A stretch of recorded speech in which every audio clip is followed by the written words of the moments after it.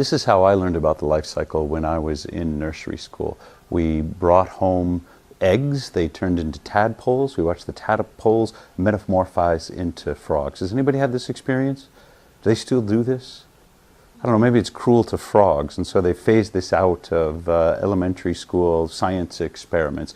But the understanding that we get is that a life cycle consists of stages, and that a living organism like a frog goes through these discrete stages, and some of those include metamorphosis into a new stage that could not be predicted by watching the incremental stages of the previous stage. That is, if you look at the egg, it looks nothing like a frog. If you look at the tadpole, it looks nothing like the frog.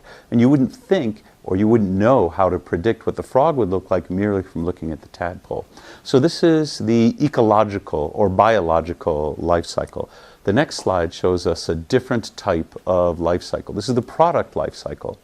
And we're showing how the biological metaphor is now extended onto an industrial product. Here, the idea is that we invest in product development. So you can see the profits line dips down below the zero axis. This means that we're investing rather than making money. We introduce the product and now we have sales. Profits are the net of sales and costs of production. So after we reach a certain scale in this particular product, we start to make money off of it. But the product becomes obsolete and the sales decline.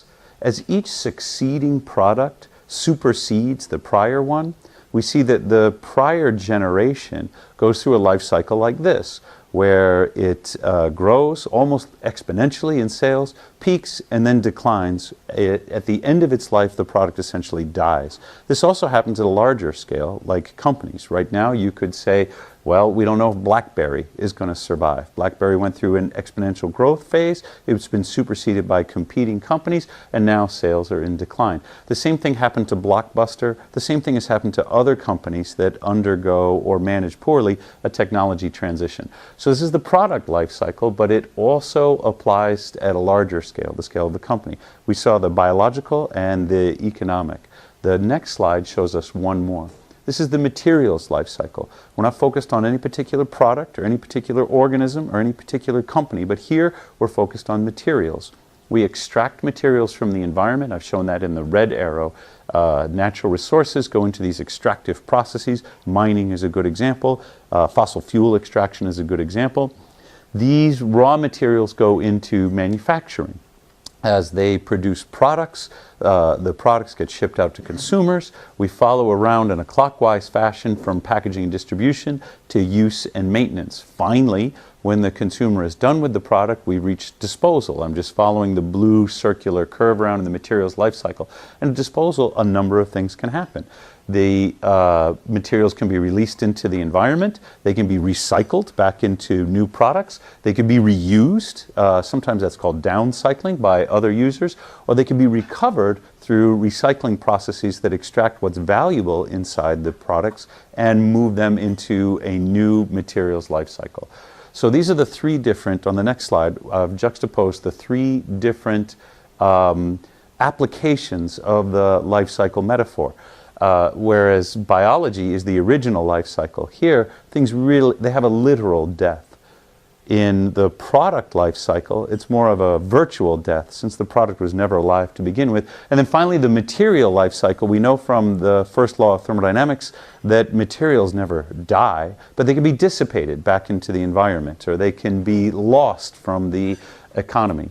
So I've put some questions up that ask us to compare these three different life cycles. I'm not going to ask you to do that right now. I'm going to keep moving through the presentation, but in reading the questions you can see that looking at the life cycle or applying the life cycle metaphor in these three different ways highlights some attributes and it shields other attributes from the way that we view the technologies represented in the product and the materials life cycle.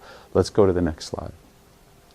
One way that we examine large engineering projects is through life cycle costing. So here I'm taking either a product metaphor or a project metaphor.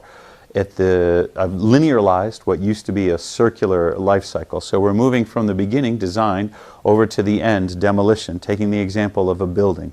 Building are large complicated, although usually not complex structures. They're expensive. In the design stage, we spend very little money. That's represented by the dashed line. As design moves forward, we're paying architects, we're paying engineers. We spend money on design. We have a lot of control over how much money we're eventually going to spend. That's the solid black line, which is declining. If you don't ever start with the design, if you don't ever spend any money, you don't get any building. You don't even get any design. But you can save 100% of your costs. So at the onset of a project, at this idea stage, you have 100% control over your costs. As you make commitments in design, the constraints that you accept, the design choices that you make, how big will the building be, where will it be situated, this reduces the control that you have over your total costs during the design phase. Then we can see in construction, the bulk of the cost in buildings is in construction. We've lost all of the control over costs that are related to design. We now have a little bit of control, so the black line goes straight back up, over our construction costs. We can't save all of our project costs, but by doing things in acquisition, that is, by doing a good job of bidding out the building and selecting a contractor, we may be able to acquire the building at less cost, or if we do a poor job, more cost during construction. There may also be choices that we have to make during construction that can make the building more or less expensive. We accumulate costs on the dashed line, and our control over costs decline. Now we're in use. And in use, there's sort of this shark fin diagram on the dark line. This represents the continuous costs of operating the building. We're talking about electricity, maintenance, and every once in a while, a renovation. And so the cost spike corresponds to a renovation. Finally, we have demolition, in which we complete the accumulation of our costs. You see the dashed line is all the way back up to 100. It's important to understand the life cycle costing. This is an application of the life cycle metaphor, because things that we do in the design stage are going to impact costs that we don't incur until we get to construction or use or demolition. The advantage of adopting the life cycle perspective is that we can see how the choices we make early constrain us later, which is an important application of the life cycle metaphor. Let's move on to the next slide. This is the materials life cycle that we saw earlier applied to a specific product. Here it's not just one material, it's all of the materials. I've chosen the example of a plastic bottle. So the plastic bottle must require primary resources. I've listed that at the top in resin manufacture. We go through all the stages of the plastic bottle and what can happen to the plastic bottle after use or after collection. And the way that the plastic bottle can be reused, refilled, recycled, or disposed of. If we're going to do environmental life cycle assessment rather than a financial, like life cycle costing, then we need to understand all of the material flows in the product life cycle diagram, particularly those materials that are released into the environment. When materials released into the environment, we typically call that pollution. Now sometimes we treat the material flow, sewage for example, and release back into the environment treated waste. Treated waste is less impactful and less polluting. So from an environmental perspective, we can add up all of the materials that are released into the environment, create an inventory of these, and try and get a sense of what the environmental impacts of that inventory are. I've listed that on the next slide. The way we do that is collect all of the emissions released into the environment. This might be a long list of 6,000 chemicals or substances, and relate them to different environmental impact. Here I've listed them as midpoint impact categories, things about the environment that we care about. So smog formation, acidification, global warming, and on down the list, including human health impacts.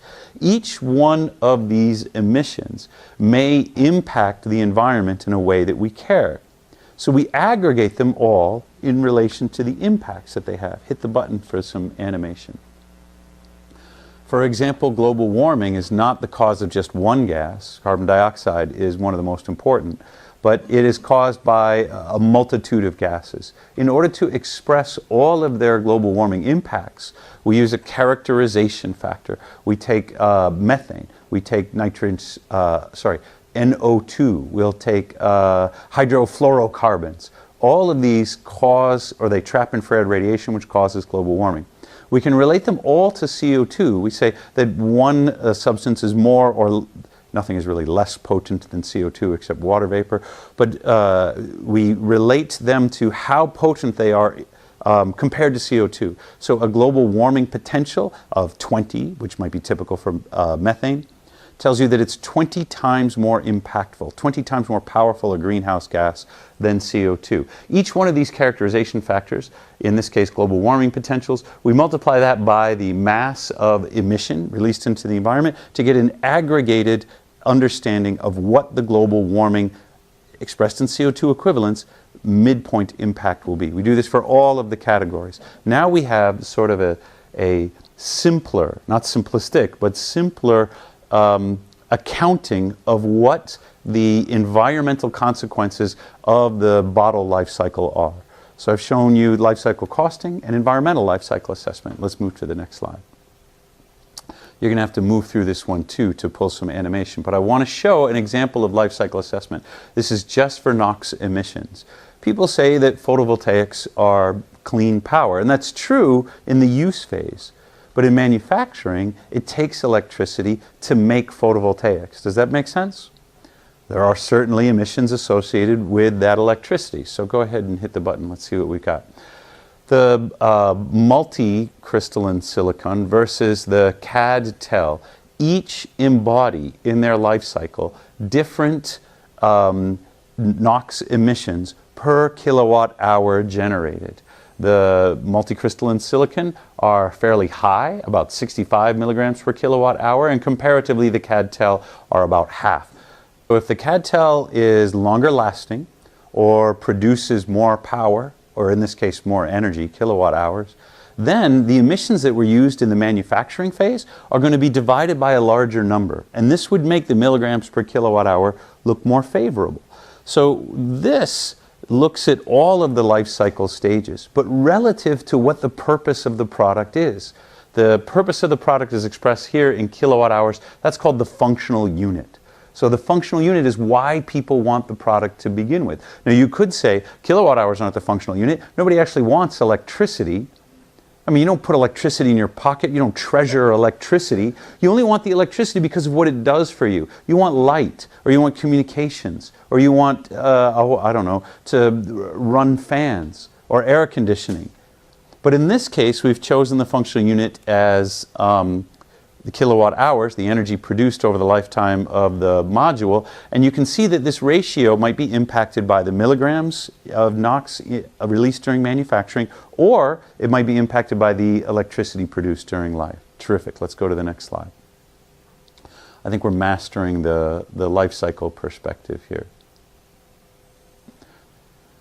Here, another linearized life cycle diagram, life cycle greenhouse gas emissions for petroleum fuels. And what we've shown are all the different stages from extraction of the petroleum to production of gasoline. That's nice. Let's advance through this. Just to show you that the life cycle perspective is robust. We can apply it to lots of different products.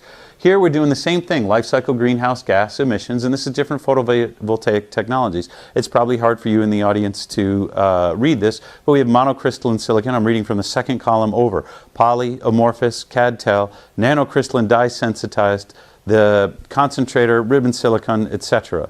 And again, the CAD-TEL performs extremely well relative to the silicon technologies. Amorphous silicon, though, has a much lower expected life cycle greenhouse gas emissions profile than the polycrystalline or the monocrystalline. Different look at it, life cycle greenhouse gas emissions of renewable energy and technologies. In the use phase, coal and oil produce a lot of CO2 because they're carbon-intensive fuels. They're listed at the right-hand side. Lots of greenhouse gas emissions when you're using those fuels to generate electricity. Over on the left-hand side, we have biofuels, photovoltaics, concentrating solar power, geothermal energy, etc., etc. And yes, by and large, the renewables are less impactful on a life cycle basis when it comes to greenhouse gas emissions than the fossil fuels. This is one of the reasons that we're attracted, one of the environmental reasons why we're attracted to renewable energy. Let's go to the next slide. Just keep going.